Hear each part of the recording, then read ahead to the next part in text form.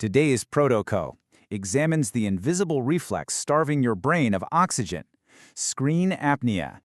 So here's our game plan. We're going to start by pulling back the curtain on this invisible threat and what I call the email reflex that kicks it all off. Then we'll look at how our bodies are supposed to work and the biological glitch that throws a wrench in the works. We'll cover the daily fallout from that, and then most importantly, we'll get to the good stuff, the simple reset button you can hit to fix all of it.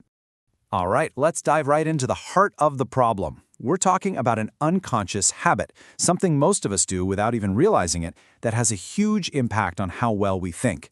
It's called screen apnea. Now, to really get why this is such a big deal, you have to understand just how greedy your brain is for oxygen. I mean, this thing is an absolute powerhouse. It makes up a tiny fraction of your body weight, but it devours a whopping 20% of your body's total oxygen.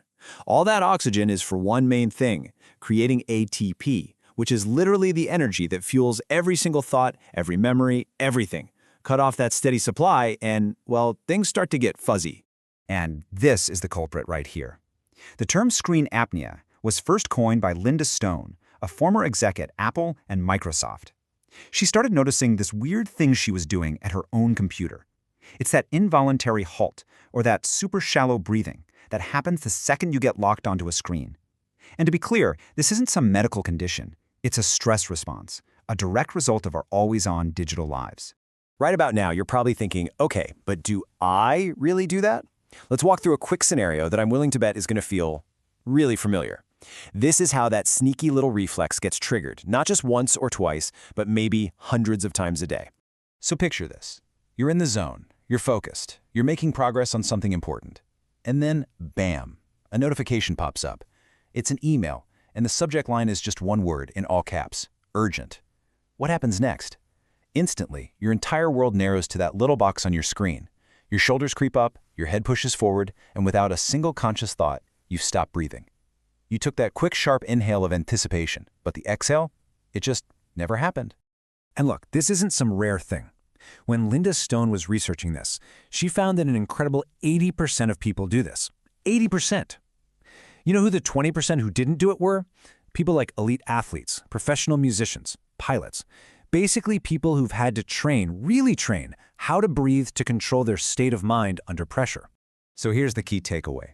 This is a totally primitive, hardwired response. When our brain is laser-focused or waiting for something to happen, it hits pause on background processes like breathing so it can throw all its computing power at the task at hand. The problem is, our modern world has us in a state of constant anticipation, triggering this ancient reflex over and over and over again. To really see how damaging this is, we need to compare it to our body's natural state. You know, how we're actually designed to operate when we're breathing the right way. Think of it like this. Your body basically has two main gears. Screen apnea, all those notifications, they slam you into the sympathetic system. That's fight or flight. It's great if you need to outrun a saber-toothed tiger, but it's absolutely terrible for creative thinking or problem solving. The gear we want to be in for clear, focused work is the parasympathetic state, the rest and digest mode. And the master key, the one thing that shifts you into that gear, is slow, deep breathing from your diaphragm. And when you flip that switch, the benefits are just incredible. Activating that rest and digest system does all this amazing stuff. It boosts your vagal tone and improves your heart rate variability, which is a huge indicator of how resilient you are to stress. It actually lowers your blood pressure. And for anyone who works with their brain, this is the big one. It helps release acetylcholine, a neurotransmitter that is absolutely critical for learning and locking in new memories. Okay, so if our body is built for this calm, high-performance state, what's the glitch? What is the exact thing that breaks down in our brain the moment that urgent email pops up? Well, it all starts in our brain's ancient and sometimes over-caffeinated security guard. And this is how we get trapped in this really nasty feedback loop. First, that email notification gets flagged by your amygdala, your threat detector, as a potential danger. The amygdala then screams, "Stop!" to the part of your brainstem that controls breathing. So you stop breathing. As you hold your breath, carbon dioxide starts to build up in your blood. Your body has these little sensors that detect this, and they freak out, sending a "we're suffocating" alarm back to the brain. And that panic signal? It just confirms the amygdala's initial fear, making you feel even more stressed, which makes you hold your breath even more. It's a vicious cycle. Now, this little neurological drama isn't just some fun fact. It has very real, very tangible effects on how you feel and perform every single day. In fact, it's the root cause of so many things we just chalk up to being a normal part of a stressful job. You know that classic afternoon brain fog, where you just can't seem to think clearly? That's not just you being tired. It is very likely a direct symptom of what's called intermittent hypoxia, a fancy way of saying you've been periodically starving your brain's CEO, the prefrontal cortex, of oxygen. This cycle of breath holding is what leads to that low-grade hum of anxiety, feeling impatient about everything, and just being constantly on edge, waiting for the next thing to pop up. And the worst part is, this state of high alert doesn't just clock out at 5 p.m. It follows you home. It's like you're working a second shift, but instead of answering emails, you're fighting an invisible battle inside your own nervous system. It's the reason why you might snap at your partner over something small, or why you just can't seem to switch off and relax in the evening. Your body is still braced for a threat that isn't even there. Okay, I know that was a lot of bad news, but here's the really, really good news. Our bodies come with a built-in, unbelievably powerful fail-safe to break this entire cycle. We just have to learn how to push the button on purpose. And this is it, the physiological sigh. This is a breathing pattern that you, me, all mammals do completely unconsciously to hit the reset button on our nervous system. It is, and this is not an exaggeration, the fastest way known to science to voluntarily pull your body out of a stress state and drop it back into a state of calm focus. So here's exactly how you do it. It's super simple.